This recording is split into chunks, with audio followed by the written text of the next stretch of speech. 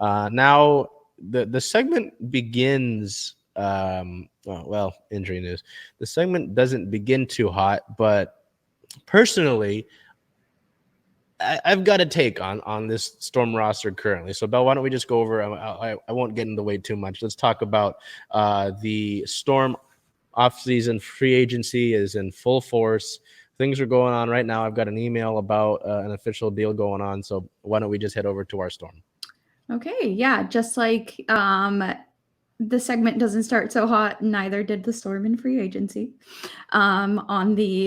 I'll go into some injury news here first. On the 6th, it was announced by a good friend of us, Rowan, that Mercedes Russell is fully cleared, and we are expecting her to be a full participant at the start of camp. So that's a good sign. We know Mercedes was struggling with that injury all season. It was like a will she, won't she play, and she just had symptoms that carried on throughout the whole season that never really went away. So it's good to see that she's making progress. And now we'll go over to our free agency news here. On the 1st, Stewie in a video announced that she would be leaving Seattle to join the New York Liberty after 6 seasons with the Seattle Storm. I'm at a loss for words. Did you hope that she had done it in a different way? What did you think about the process of which she announced?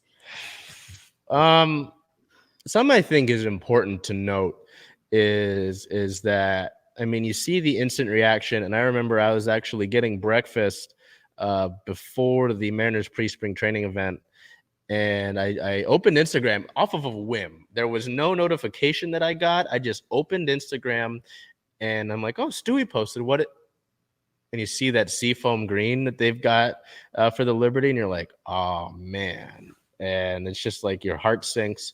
But the instant reaction was just sort of anger. You know, I know there's a lot of anger. People were like 30 minutes to an hour after she had posted it, people were like, oh, why isn't she saying Seattle yet? Where's the farewell thing? I'm like, hold on, give it a sec, because she posted it the next day, right? It's like, I think there's some anger towards Stewie that I don't understand. You have to take these athletes' lives into note. And I talked about this in last week's segment, did I not? With her partner Marta, her family being in Spain, it's an easier trip for her there. Stewie's from the region where the Liberty play. Stewie's always kind of been a big time player. Where else to go to be a big time player but New York City, right? With this opportunity, I'm sure that at times throughout the course of the last few years, obviously not 2020 when the Storm were able to take care of them, but Stewie's been upset with, probably frustrated with having to battle these incredible Aces teams. With them acquiring Candace Parker and Alicia Clark, where else is going to give you a better chance to battle that team? But New York, after they acquired Jonquel Jones, they've got Sabrina Ionescu, Benasia Laney's still there. Now they've got Courtney Vandersloot after Stewie decided to head to New York. You know what I mean? So I don't understand the anger. Please feel free to be sad about it. That makes a ton of sense. But to be mad at Stewie, I think is a little bit ridiculous, and I don't really get it. So, that's my thing. In terms of how she announced it, the emoji games were interesting. I'd like for her to post a key so we could understand what that all meant. Because at some point there was a caterpillar in it, and I don't know what in the world that was about. But it was interesting, to see all of that. I won't necessarily say that I wish she'd do it a different way, because other than that, I don't know how she would have done it.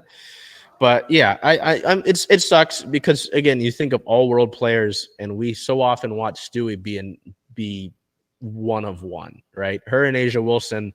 I think Pokey Chapman talked about it in one of the playoff games. Those two are going to cancel each other out, and then it's about everybody else and how they'll do their job. Yes. Just watching them throw haymakers at each other. Stewie's, I believe it was a 40-point game we got to witness. I'm like, there is nobody that can touch her right now. And then A'ja Wilson would come down the court and you're like, oh yeah, there's A'ja. Yeah, it's. But here's the thing. It's all doomsday right now for a lot of Storm fans, right? It's like, oh, Sue retired, Stewie's gone, we can't handle this. I like the moves that they've made, and that with the news of who they've acquired, we'll get into that in a second after we get your take on this Stewie stuff. We can't make that a trademark anymore because she's in New York now. But with the signings they've brought in free agency and the two players that we're going to talk about that are coming back, and just this, I really like them, and I think this team can make a playoff spot. I'm not going to say they're going to go anywhere, but I really think that this team can push for a playoff spot. In 2019, they didn't have Sue or Stewie because of injury, and they did fight for a playoff spot. Now, they did have Natasha Howard still on the team, I believe. I think Jewel, Stewie and Jewel. Again, I'm trying to combine things today. And I believe Alicia Clark was still there. So some really talented players still on that roster. But I like what I'm seeing here. And we might see, the draft's coming up. So point being, I don't think it's the end of the world, right now. Obviously, you're going to look to build a new core, and this is a new era for Seattle. I mean, Jewel's still around, but point made. But I don't think it's all, doom and gloom. What was your take on the whole Stewie saga? She, in her thank you note, she gave a special little thank you to Jewel and Sue.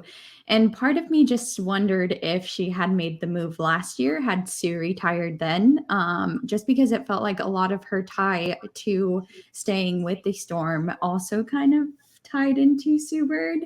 Of course, she's been a mentor to her, and Stewie got emotional several times last season, speaking about it being Sue Bird's last year. So just kind of wondered if that factored in. But I mean, she gave us 6 seasons. What more can we ask for? She won 2 championships with the team. And yeah, I don't think you can be angry, but definitely sad.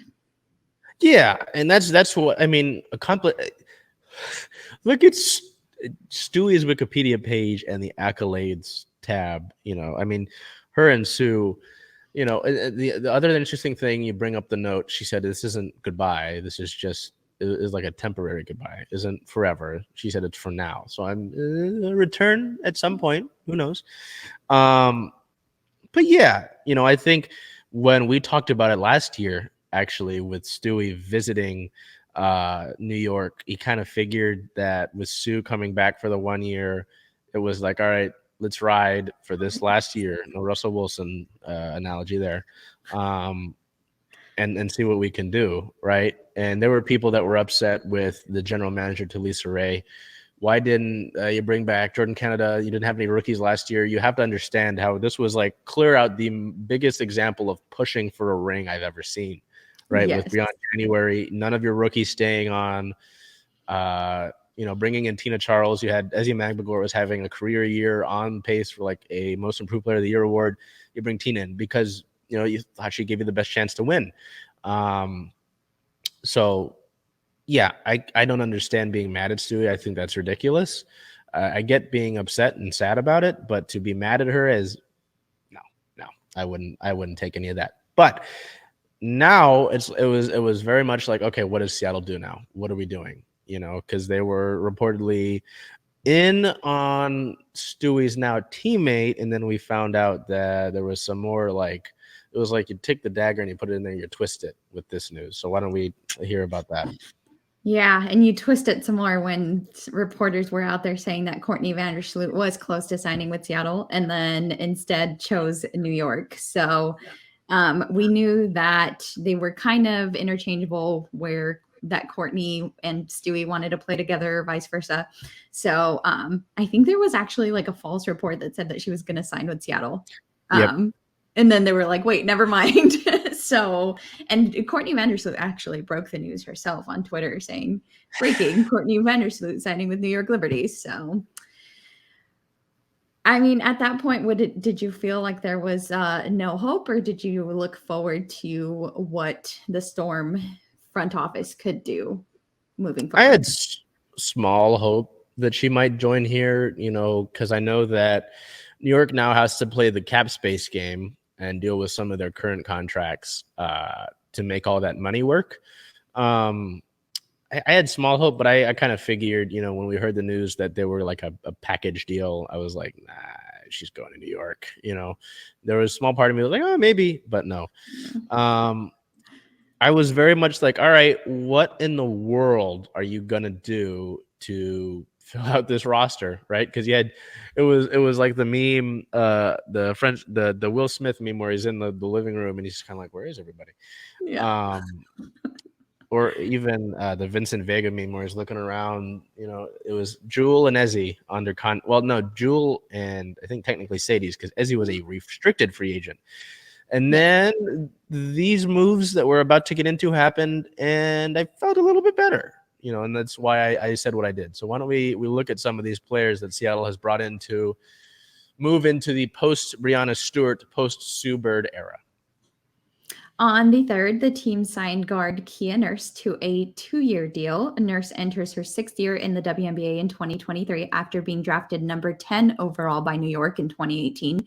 She spent her first 3 seasons with the Liberty before being traded to Phoenix in 21 and has averaged 11 points per game, 2 assists, 2.8 rebounds, and 0.6 steals per game in 121 games overall in 4 seasons. Nurse, who played collegiately at UConn, where she helped the Huskies to back-to-back championships in 2015 and 2016, had a breakout season in 2019, averaging 13.7 points, 2.3 assists, and 0.7 steals per game, all career highs. She was voted as a starter to the 2019 WNBA All-Star Game, becoming just the 3rd Canadian to play in the All-Star Game. The team also signed guard Sami Whitcomb to a 2-year deal. Whitcomb makes her return to the Storm after beginning her WNBA career with Seattle in 2017 and winning championships with the team in 2018 and 2020. She was traded to the New York Liberty prior to the start of the 21 season, playing 2 seasons in New York. Whitcomb, a standout player at the University of Washington from 2007 to 2010, originally signed with the Storm as a free agent after earning a pair of MVP honors and team championships with the Rockingham Flames of the Australian State Basketball League in 2015 and 2016. She's a career 36.7 three-point shooter, has averaged 6.7 points, 1.8 assists, 0.8 steals, and 2.3 rebounds per game over 6 seasons in the league. She has made 154 three-pointers in 115 games in 4 years with Seattle, ranking 6th on the Storm's all-time list and 5th with a 35.1% three-point percentage. The team is also expected to sign Arella Guirantes and expected to sign Kaila Charles.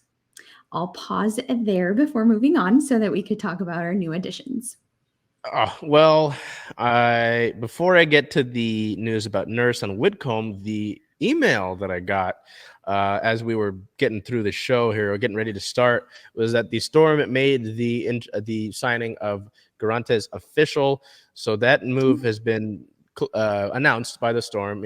Charles has not been officially announced yet. Their agencies announced them prior. So if the agencies are doing it, it's usually pretty solid, but we wanted to get it officially from the team before I gave you false information. So Guirantes is a 2nd-round pick by Los Angeles in the 2021 draft out of Rutgers, appearing in 25 games in her rookie season. Has spent the book on Guirantes really is that she's had great international games. She's playing right now in Hungary, averaging 15.4 points per game, 8 rebounds, 5 assists, and 1.6 steals per game in EuroLeague play. She scored 20-plus points in her last 3 games, and including a pair of 20-plus point, 16-plus rebound double-doubles. The book has kind of been that she hasn't gotten a fair shot yet in the WNBA. Okay. And I'm not comparing, but that was kind of what we heard with Gabby Williams. So the theme that I've got, and Jeff Brown with his at on Twitter is WNBA Storm Chaser, I believe it is. I think you've met Jeff at some of these games, is that these are diamonds in the rough. Now we look at Kia Nurse. Kia Nurse has been a great guard in the WNBA, some solid work in Team Canada. I know that Noah Quinn has worked with her in Team Canada. That injury, obviously unfortunate to wipe out her 2022 season. Sami Whitcomb, hey, I've got my Husky hockey jacket on right now, so I always love seeing my Huskies around. Sami is awesome. She actually liked our tweets about the signing on Twitter, so thank you for that, Sami. But no, to bring Sami back is awesome. To lose members of that 2020 team like Sami, like Alicia Clark, it sucked. But it was kind of a new retooling for the team. So it's great to have Sami back. Someone who went to the University of Washington. Everybody seems to think she's Australian. She was actually born in the States and spent time in Australia, and I believe her partner is Australian as well. But no, just to have another shooter like that, I know something that I could be forgetting, but we were looking for some consistent shooting from Seattle as well throughout the course of the season. There were times where this team got hot, from three, and other times they couldn't buy a 3-pointer at the concession stand. You know what I mean? Yeah, it's great to have Huskies as always, back here in the city. But it's very interesting with the signing of Guirantes to see what this team is at right now, right? Because there's no Stewie. Jewel is back, Ezzi's back, but with this largely new roster, it's going to be a lot of new faces, right? You've got chances to prove to the W why you deserve to be here, right? With Guirantes, even with Charles, I know that hasn't been announced fully yet, but looking at her, she had a pretty solid 2021 season with Connecticut. 2022 only played 2 minutes in one game over the course of the season.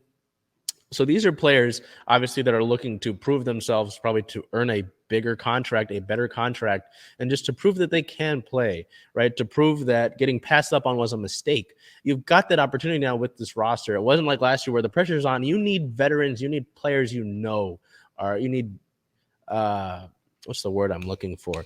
What I'm trying to say. You need players that are going to be able to contribute immediately. You don't need to wait on development. Stuff like that. So that's what I'm excited about. And I really think that this group right now, obviously they need to fill out the rest of the roster, but I think they can do that.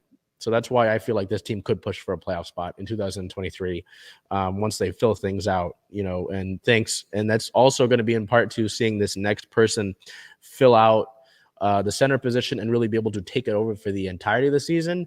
And then when we wrap up the sort of team news and go to injury notes, the return of somebody else that we really didn't get to see at all, really. I mean, very sparingly over the course of the season. Yeah, so we'll go into our re-signing here first. The team has officially re-signed Ezi Magbegor to a 2-year deal. Magbegor had a breakout season in 2020's there, starting 23 games while averaging career highs of 9.6 points, 5.6 rebounds, 1.8 blocks, and 0.9 steals per game. Her defensive numbers were impressive, finishing second in the league in blocks per game and in total blocks with 58. She recorded a career-high 7 blocks in a game versus Phoenix on May 14th, becoming one of just 15 WNBA players to block 7 or more shots in a game. In addition, Magbegor scored in double figures in 16 games, including scoring 20 points twice and posted a pair of double-doubles. Magbegor, who turns 24 in August, has appeared in 85 games with the Storm over 3 seasons, helping the team to the 2020 WNBA Championship. She scored her 500th career point on June 23rd of 22 versus Washington, becoming the 5th youngest player in Storm history to score 500-plus points.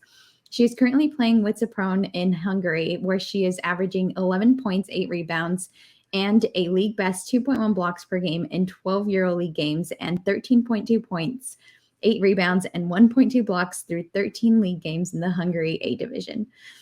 I am thrilled to have Ezi back. I know that for when Tina first came to the team, it was like back and forth, like, is Ezi going to get benched? Are we going to see them both on the floor? How is that going to work? I don't want to say that bringing Tina in might have stunted Ezi for some of the season. I'm going to say it. I fully think it did. I mean, think about what we were looking at, right? And I understand bringing in Tina, and I wanted to bring in Tina, right? It was like my key in the off season when we looked at it last year, right? But I mean, you can say that you don't. That's okay.